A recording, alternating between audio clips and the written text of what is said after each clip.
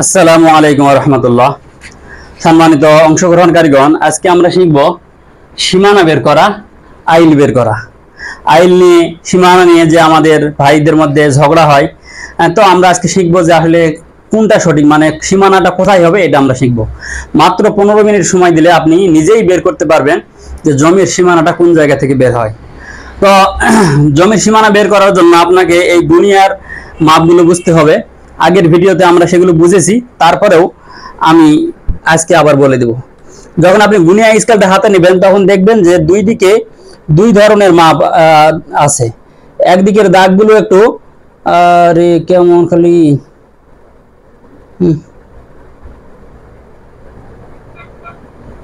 দেখেন, একদিকের মাপগুলো ঘন, তো যেদিকে ঘন ঘন আছে সেদিকের মাপগুলো প্রতিটা মানে এক দাগ থেকে আরেক দাগের মাপ হলো 10 লিখ। আর এই যে উপরের দিকে যে এখানে একটু ফাঁকা ফাঁকা আছে, এই ফাঁকা মানে একটু বড় বড় দাগগুলো, এগুলোর এক একটার মান হচ্ছে 20 লিখ। এক একটা মান বলতে বড় বড় না, ছোট্ট ছোট্ট যে দাগগুলো, এগুলো এক একটার মান হচ্ছে 20 লিখ। আর এই দেখেন দুইটা বড় দাগ আছে, তার এগুলোর মান হচ্ছে 200 লিখ, 400, 600, 800, 1000। পুরা লিঙ্কটা হচ্ছে 1000 লিঙ্ক। এটা আপনারা আগের ভিডিও দেখলে ইনশাল্লাহ বুঝে নেবেন, সেখানে বিস্তারিত আলোচনা করেছি। তো আমরা যখন কোনো জায়গায় সীমানা বের করতে যাব, তখন যেই আইলটা নিয়ে সমস্যা সেই আইলটার দাগ নাম্বার জিজ্ঞাসা করবেন যে কত নাম্বার দাগের সমস্যা। তো মনে করেন যে আপনাকে বললো যে আমি এখানে লিখেছি 101 নম্বর দাগের একটা আইল নিয়ে আমাদের সমস্যা। আবার অনেক ক্ষেত্রে এমনও হতে পারে যে জমিওয়ালা বলতেই পারতেছে না যে দাগ নাম্বার কত, ম্যাপ আপনাকে একটা হাতে দিয়েছে, তো জমির সাইজ দেখে, রাস্তা দেখে আপনি একটু বুঝে ফেলবেন, আমিন সাহেব যেহেতু আপনি বুঝে ফেলবেন যে জমিটা কোনটা। তো আপনি সেই জমিটাকে মনে করেন যে চিহ্নিত করে ফেলুন ম্যাপের মধ্যে। ম্যাপ চিহ্নিত করার পরে আপনাকে এলাকার মানুষদেরকে জিজ্ঞাসা করতে হবে যে আমাকে আশেপাশে একটা জমি দেখান যে জমিটা মীমাংসিত। মনে করেন যে আজ থেকে এই 1 মাস, 1 বছর বা 2 বছর আগে এমন একটা জমি যেটা নিয়ে মাপামাপি হয়েছে, আমিন সাহেবেরা এসে মেপে খুঁটি দিয়ে গেছে যে এখান থেকে এটা, এরকম নিশ্চিত একটা আপনাকে জমি একটা খুঁজে বের করতে হবে। আপনি সাধারণত এগুলোর জন্য কোনো মসজিদ, কোনো মাদ্রাসা, কোনো মন্দির, কোনো স্কুল এই ধরনের আশেপাশে থাকলে সেই দাগটাকে আপনি খুঁজে বের করবেন। কারণ মানুষ মসজিদ করার সময় সাধারণত জমি মেপে টেপে সীমানা একদম বের করে খুঁটি দখল নিয়ে তারপরে করে, এরকম স্কুল টিস্কুল সব। আবার এরকম হতে পারে যে আপনার ম্যাপের কোনো জায়গাতে 30 সীমানার পিলার থাকে, তো আজকাল এটা থাকে না, চোরেরা নিয়ে চলে গেছে। তো 30 সীমানার পিলার যদি থাকে তাহলে সেখান থেকেও আপনি মাপ দিতে পারবেন। 30 সীমানার পিলার আবার কোথায় আছে, ওই যেটা অরিজিনাল মাপ সেখানে একটা 30 3 কোণা চিহ্ন দিয়ে সেটাকে চিহ্নিত করা হয়েছে। তো আমরা এখানে বুঝার জন্য দেখেন, এখানে আমি লিখেছি মসজিদ। মনে করেন যে এই 105 নম্বর দাগের মধ্যে একটা মসজিদ আছে। তো আমরা এলাকাবাসীকে বলার পরে বললো যে মসজিদ কিছুদিন আগে নির্মাণ হয়েছে, সেখানে মাপামাপি হয়েছে, তো আমরা সেখান থেকে মাপ নিতে পারি। তাহলে আমরা কি করব, আমাদের স্কেল দিয়ে এই দাগগুলো যেহেতু বড় বড়, এই দেখেন এই ছোট্ট স্কেলে সেখানে কিছুই হবে না, সেজন্য আমরা এই যে স্কেলের ফটো করে যে স্কেলটা তৈরি করেছিলাম আগের ভিডিওতে, এটা আমি আপনাদেরকে বুঝিয়েছি। এটা দিয়ে আমরা মাপ দেব। কোন দিক দিয়ে মাপ দেব, যে দিকটা সাধারণত বড় বড় দাগ, এটা দিয়ে আমরা মাপ দেওয়ার চেষ্টা করব, কারণ এটা গণনা করা সহজ। এখন দেখা গেল যে ওই বড় দাগগুলোর মাঝামাঝিতে পড়েছে, এই পারও নয় ওই পারও নয়, মানে বড় কোনো দাগে মেলেনি, দুই দাগের মাঝখানে গিয়ে পড়েছে আপনার ওই ম্যাপের মানচিত্রে দেখা। তখন আপনি সেখানে 10 যোগ করে নিলেন। হ্যাঁ, এইভাবে করতে পারেন। আবার মনে করেন যে আপনি ছোট দিক দিয়েও করতে পারেন, চোখে সমস্যা হয়, বোঝা যায় না অনেক সময়, সেক্ষেত্রে আপনি কাঁটা কম্পাস দিয়ে আগে ম্যাপে মাপ দিয়ে ছোট দিকে ধরলে একদম বেশি মাপটা অ্যাকুরেট আসবে।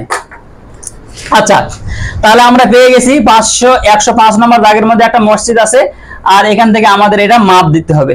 আচ্ছা, মনে করেন যে এখানে তো আর জমি নাই, আমি মনে করেন যে এটাকে একটা ধরে নিলাম। এক ভাই বলতেছে যে এই আইলটা আরো এইদিকে যাবে, আর এইদিকে যার জমি সে বলতেছে না এই আইলটা আরো এইদিকে যাবে। এই তো ঝগড়া নাকি? তো আমরা এখন একটা মাপবো, হ্যাঁ, মাপার পরে আমরা সেটা নিয়ে একটা কাজ করবো। তো দেখেন এই মসজিদের যে এই পাশে যে দাগ, এই যে এই পাশে যে আইল বা রেখা, এখানে আমরা আমাদের স্কেলটা ধরবো। দেখা যাচ্ছে কি ক্যামেরায়? একদম পারফেক্টে ধরতে হবে, একদম পারফেক্টে ধরতে হবে। ধরার পরে এইদিকে আমরা মিলাবো। তো আমরা যখন ম্যাপের মধ্যে গেলাম তখন আমরা দেখলাম এইখান থেকে এই দাগ 200, এখান থেকে এই দাগ 200, তার কথা হলো 400, 400 পরে 20 আর 20 এ 40, 40-এর থেকে একটু বেশি হয়েছে, ঠিক আছে ভাই, দেখেন 40 একদম পারফেক্ট 40-এ মিলেনি, মনে হচ্ছে 40 থেকে একটু বেশি আছে। তাহলে সেখানে আমরা মনে করেন যে 50 ধরে নেই। হ্যাঁ, কত? 450 লিঙ্ক। এখন 450 লিঙ্ক যে আমরা পেলাম, তো ফিতাতে কয় ফিট হবে? দাঁড়ান আমি একটু ফিতাটা আনি। হ্যাঁ, এই যে ফিতাতে কয় ফুট হবে? এই স্কেল, সরি, এই স্কেল দিয়ে তো আর মাপা যাবে না, আর লিঙ্কের কানাকড়ি তো আজকাল বাংলাদেশে নাই বললেই চলে। তাহলে এই ফিতাতে আমাদেরকে সেটাকে কনভার্ট করতে হবে। কনভার্ট করার বুদ্ধি কি? আপনি যেই লিঙ্কটা পাবেন, লিঙ্কের যে মাপটা পাবেন, সেটাকে আপনি 0.66 দিয়ে গুণ দিবেন। তাহলে আমরা কত পেয়েছিলাম? 450। 450 গুণ হলো 0.66। হ্যাঁ, এইটা হলো লিঙ্কের পরিমাণ, আর এটা হলো আমাদের একটা সূত্র। তো মনে করেন যে আপনি ক্যালকুলেটর হাতে নিয়ে 450 গুণ 0.66 দিলাম, তখন এখানে উত্তর এসেছে 297। তাহলে 466-কে 450-কে 0.66 দিয়ে গুণ করলে উত্তর আসে 297। 297, এটা কি? ফিট। 297 ফিট আমরা এখানে মাপ পেয়ে গেছি।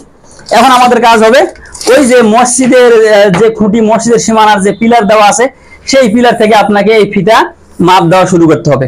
তাহলে 200 এইরকম ফিতা পুরাটাই মনে করেন যে 100 ফিট থাকে, তাহলে দুইবার দেওয়ার পরে কত বলছে? 98। তার মানে মনে করেন 300-র কাছাকাছি। ঠিক আছে, দিয়ে মাপ আমরা দিব এইভাবে, মানে মাপ দিতে গেলাম। এটা তার জমি না, বুঝতে হবে, বুঝে নিতে হবে আপনাকে। মাপ দিতে গেলাম, মাপ দেওয়ার পরে যে আইলটা যেখানে আছে সেখানে গিয়ে যদি আপনার 297 হয়ে যায়, তাহলে আপনি মোটামুটি বুঝে নেবেন যে জমির আইলটা ঠিক আছে। আর যদি একটু আগে চলে যায়, তাহলে বুঝলেন যে আইল ঠিক নাই, এখানে হতে পারে। প্রথমে আপনি তাদেরকে এখানে একটু দাগ দিতে বলবেন, পার্মানেন্ট রেজাল্ট কিন্তু দিবেন না, কারণ আরো কাজ আছে। তো এখানে একটা দাগ দিলেন। দাগ দেওয়ার পরে আপনার কাজ কি? আমরা কোন জমিটা মাপতেছি? হ্যাঁ, এই যে এইটা, এই যে দুইটা লাল রেখা দিয়ে আমি বুঝিয়েছি যে আমাদের এই আইলটা নিয়ে সমস্যা। এখন আমাদের সাপোজ মনে করেন যে একটু আগেই, মনে করেন যে যেখানে আইলটা, বর্তমান আইলটা যেখানে আছে তার থেকে 3 ফিট আগেই আমাদের মাপ, মানে 297 ফিট গিয়ে মিলে গেছে। তো এখনই বলে দেওয়া যাবে না যে এই পর্যন্ত আপনার খুঁটি পুঁতে দেন, পিলার দিয়ে দেন, সীমানা করে দেন, না। আমাদেরকে কি করতে হবে? আমাদেরকে আমাদের স্কেল দিয়ে আবার এই যে এই আইল থেকে এই আইল পর্যন্ত মাপ দিতে হবে।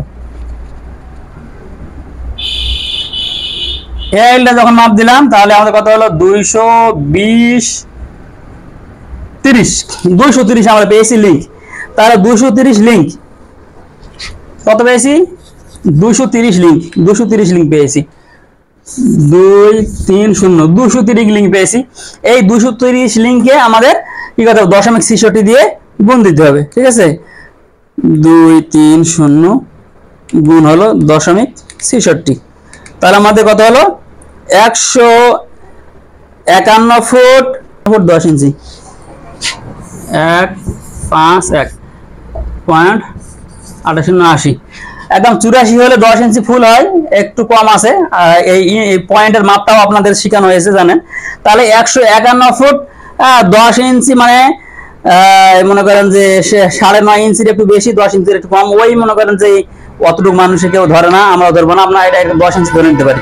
তাহলে আমরা পেলাম কি? পেলাম যে বর্তমান যে আইলটা আমরা পেয়েছি, এখান থেকে তার পরের আইল পর্যন্ত কত হবে? 151 ফুট 10 ইঞ্চি। এখন আমাদেরকে কি করতে হবে? নতুন যে সীমানাটা পেয়েছি, নতুন যে আইলটা আমরা পেয়েছি, এই আইল থেকে আবার মাপ দিতে হবে 151 ফিট 10 ইঞ্চির পরে লাস্টের যে আইল আছে, ওই আইলে গিয়ে যদি মিলে যায়, এই যে মানে এই আইলটা, মানে একদম মাঠে ময়দানে যে আইলটা আছে, সেই আইলে যদি মিলে যায় 151 ফুট 10 ইঞ্চি দেওয়ার পরে, তাহলে আপনি মোটামুটি নিশ্চিত হয়ে নেবেন যে আমাদের নতুন যে আইলের দাগ পড়েছে, এই আইলটা ঠিক আছে। এখন বাই চান্স মনে করেন যে নতুন আইল থেকে মাপ দিলেন, 151 ফিট যায় ওই পরের যে আইল, সেখানেও গিয়ে মিললো না, এরকম হতে পারে, হতেই পারে। সেক্ষেত্রে আপনাকে কি করতে হবে? এই আইল থেকে এই আইল, এটা আবার মাপ দিতে হবে। দেওয়ার পরে ওই পরের যে আইল, হ্যাঁ, সেটাতে গিয়ে আপনাকে দেখতে হবে। যদি মনে করেন যে প্রত্যেকটা আইল দেখা গেল যে কোনো কারণে এরকম একটু একটু করে কম কম হয়ে যাচ্ছে, তাহলেও বুঝে নেওয়া যাইতে পারে যে জমি সবগুলোই কোনো কারণবশত মনে করেন যে একটু সমস্যা হয়েছিল। আর যদি মনে করেন যে ওইদিকে গিয়ে মিলে যায়, এইদিকে মিলেনি, হ্যাঁ, কিন্তু ওইদিকে গিয়ে মিলেছে। তাহলে যেখান থেকে মিলেছে সেখান থেকে আবার এগুলো আমাদের সংশোধন করে নিতে হবে। এইভাবে করা যাবে। আবার মনে করেন যে জমিটা যদি এই আইলের সমস্যা হয়, হ্যাঁ, এই দিকের আইল, তাহলে কিন্তু আপনি ওই দিক থেকে মাপ দিয়ে আসে সীমানাটা নির্ধারণ করতে পারবেন না। তখন আপনাকে খুঁজতে হবে যে এই দিকে কোনো এরকম মাপা মীমাংসিত কোনো চিহ্ন বা আইল আছে কিনা। আইলগুলো যদি আমরা মাপতে চাই তাহলে এই দিক থেকে মাপে গেলেও হবে, এই দিক থেকে মাপে গেলেও হবে। আপনাকে একটা খুঁজে একটা জায়গা পেতে হবে যেটাকে নিশ্চিতভাবে সবাই মীমাংসিত বিষয় হিসাবে মেনে নিয়েছে, এরকম একটা জায়গা আপনাকে খুঁজতে হবে। তো আশা করি বিষয়টা বুঝতে পেরেছেন। আরেকবার ক্লিয়ার করে দেই, তাহলে আমরা আমাদের গুনিয়া স্কেল দিয়ে মাপ দেওয়ার পরে যেই মাপটা পাবো, যেই লিঙ্কটা পাবো, লিঙ্কটাকে 0.66 দিয়ে আমরা গুণ করব। 0.66 দিয়ে গুণ করলে আমাদের ফুটের পরিমাণ বের হবে, তখন আমরা ফিতা দিয়ে মাপ দিব। তো যদি আগের দাগে মিলে যায় তাও আপনাকে আরো 2-3টা দাগ মিলাইতে হবে। যদি সবগুলো দাগে মোটামুটি মিলে যাচ্ছে, কম বেশি 1 ফুট অল্প কম বেশি, তাহলে সেটা কোনো সমস্যা নাই, আপনাকে এটা করে দিতে পারবেন। আর যদি দেখা যায় যে আগের দাগগুলো অনেক দূর সমস্যা হয়ে যাচ্ছে, তাহলে প্রয়োজনে আপনি এই দিক থেকে আর একটা মাপ নেন। কয়েকটা আপনাকে মাপ নেওয়ার পরে যদি দেখা যায় যে সব দিক থেকে মাপ নিয়ে বারে বারে নতুন জায়গাতে দাগ পড়তেছে, আগের আইলগুলো জায়গা মতো নাই, তাহলে আপনাকে সাহসের সঙ্গে বলে দিতে হবে যে জমি এগুলো আপনারা হয়তো বা 30 বছর যাবত খাচ্ছেন, ঠিক আছে, কিন্তু এতদিন এখানে আইল ঠিক ছিল না, এটা আপনি বলতে পারেন। আর এভাবে মূলত সীমানাগুলো নির্ধারণ করতে হয়।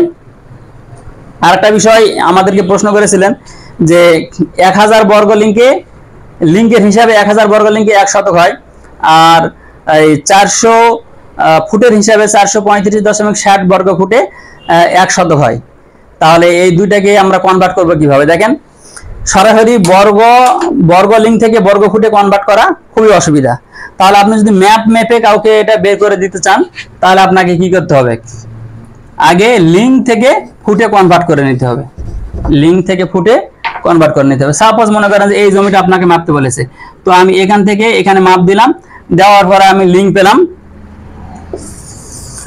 420 লিঙ্ক পেয়েছি। এই 420 লিঙ্কটাকে আগে ওই যে 0.66 দিয়ে গুণ করতে হবে। গুণ করার পরে যে উত্তর বের হবে সেটাকে আপনি লিখে রাখলেন। আচ্ছা, আমরা একটু প্র্যাকটিক্যাল করবো না, সময় চলে যাবে। এটা মনে করেন যে পূর্ব পশ্চিমের মাপটা একটা সংখ্যা বের হলে এটা আপনি লিখে রাখলেন। আবার এরকম উত্তর থেকে দক্ষিণ দিকে একটা মাপ দিবেন, দেওয়ার পরে লিঙ্ক বের হবে, ওই লিঙ্কটাকে আবার আপনি 0.66 দিয়ে গুণ করবেন।